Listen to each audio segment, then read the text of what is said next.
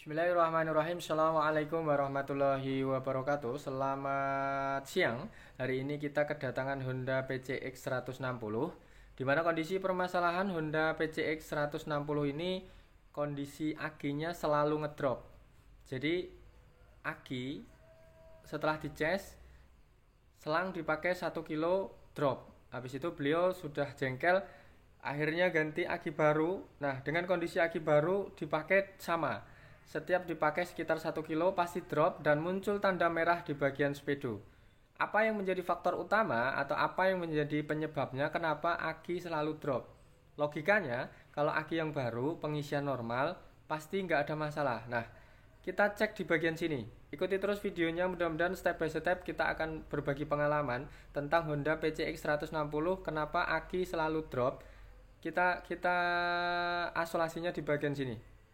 Nah, Honda PCX 160 kronologinya, beliau yang punya motor cerita bahwa sudah ganti aki ini yang baru ya. Sebelum ganti aki juga sudah dicas, drop, dipakai sekitar 1 kilo.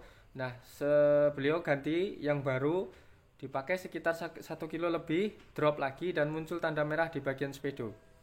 Kita nanti akan cek di bagian pengisian, lanjut ke bagian sini. Ini adalah tempat perkabelan atau tempat kontrol sekring semua kelistrikan muncul di sini. Tempatnya ngumpul di sini ya. Oke. Silakan teman-teman ikuti terus. Kita belajar bareng tentang kelistrikan Honda PCX 160. Nah, ini namanya relay kaki 5. Ini ada error tadi sudah kita cek apakah bermasalah di sini. Ternyata tidak. Ini cuma untuk sampel bahwa kita juga mencoba apakah ini yang bermasalah. Tandanya Honda PCX 160 ini kalau kondisinya normal, mesin hidup, aki dilepas dia nggak akan mati mesin. Nah, sebagai catatan, mesin kondisi hidup, nah misalnya gini, mesin kita hidupkan dulu menggunakan aki.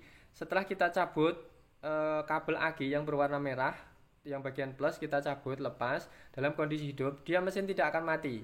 Itu secara normalnya dari standaran pabrik. Namun yang terjadi di Honda PCX 160 ini, setiap mesin hidup, aki dicabut mati.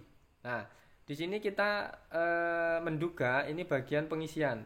Nah, pengisian ini jalurnya banyak, dari spool masuk ke bagian kiprok atau regulator, nanti masuk ke bagian pengisian. Nah, sebelum arus dari kiprok menuju ke aki untuk ngisi, ini diamankan oleh sekring atau box sekring. Nah, sekringnya ngumpul semuanya di sini. Ada nilainya 25, ada nilainya 10, ada nilainya 15. Nah, kita akan cek satu persatu. Nah, kita lihat untuk teman-teman semua saksikan, ini kita menggunakan avometer. Cara ngeceknya simple. Kita menggunakan avometer, arahkan ke 20 DC volt. Nilainya nanti akan kita baca. Setelah kita on kan, kita arahkan yang bagian kabel negatif dari avometer menuju ke ground atau baut atau bagian aki yang berwarna hitam. Nanti satu kabel merahnya menuju ke bagian kabel dari pengisian dari kiprok menuju ke aki, itu warnanya merah garis hitam. Oke, sebagai catatan, kabel warna merah garis hitam itu adalah arus jalur dari kiprok menuju ke bagian pengisian atau aki, tapi dibatasi atau diamankan oleh fuse atau sekring. Nah, teman-teman saksikan ini banyak kabel semuanya terkumpul di sini. Nah, kita saksikan ini satu kabel avometer menuju ke bagian grounding ataupun warna hitam sebagai body, dan ini kita cari bagian atau kabel segitu banyaknya ini kita cari yang warna merah garis hitam. Sekali lagi ini warna merah garis hitam.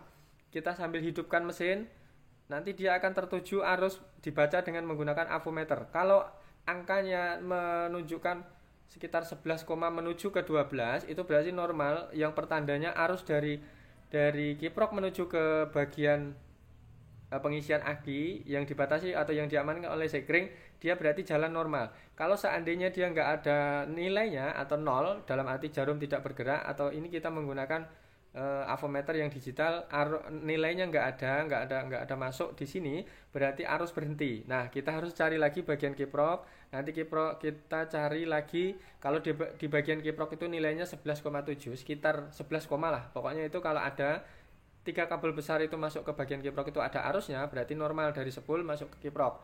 Kiprok keluar berarti nggak ada, itu pertandaannya kiprok dipertanyakan ke sehatannya atau kondisi kiproknya normal atau enggak. Nah, yang terjadi di Honda PCX 160 ini, arus di bagian yang keluar dari kiprok menuju ke aki yang dibatasi sekring ini yang sekali lagi kabel merah merah garis hitam ini ada arus. Nilainya bisa dibaca oleh avometer. Berarti ini menandakan kalau arus dari kiprok menuju ke aki itu ada. Namun dibatasi dengan sekring ini kok hilang. Nah, di sini yang kita pertanyakan, apakah yang bermasalahnya di sekring, apakah yang bermasalah di bagian kabel seputaran dari kiprok menuju ke aki, apakah yang bermasalah di bagian soketnya sekring. Nah, kita akan cari seputaran ini ya, seputaran seputaran box sekring ini banyak banget ini.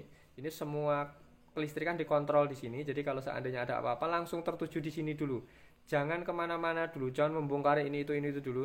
Intinya cek di bagian sini dulu, di sini dulu ya.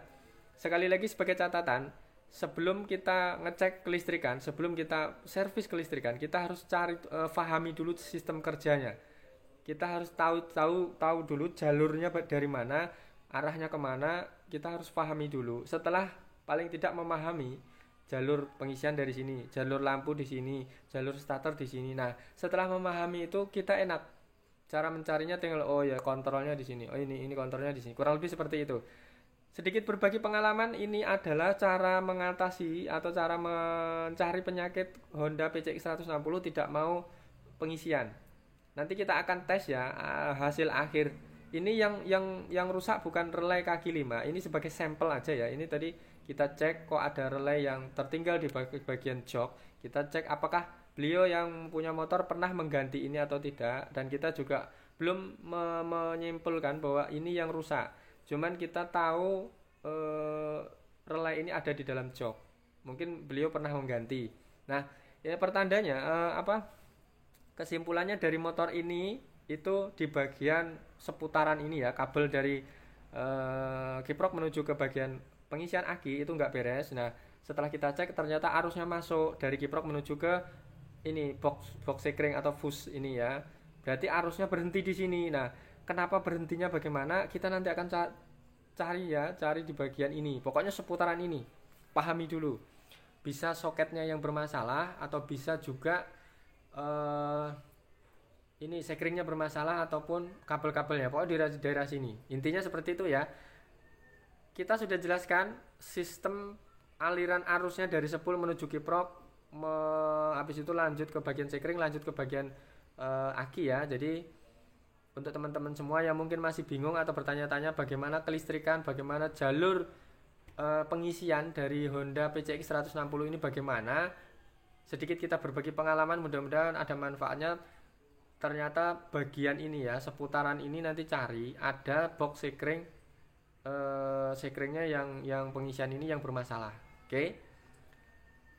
Sedikit berbagi pengalaman tentang pengisian Honda PCX 160. Bagian kabel ini warna hitam garis merah sebagai catatan ya. Diingat-ingat teman-teman, merah garis hitam.